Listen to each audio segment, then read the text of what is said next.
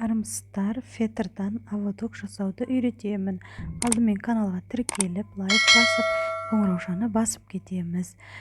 Осындай фетрдан жасап аламыз. Бастың размерімен келтіріп, видеодағыдай алдыңғы жағына осындай қиып алып, оны жабыстырамыз. Содан кейін пакеттен жапырақшалар жасап, осылай жабыстырып шығамыз.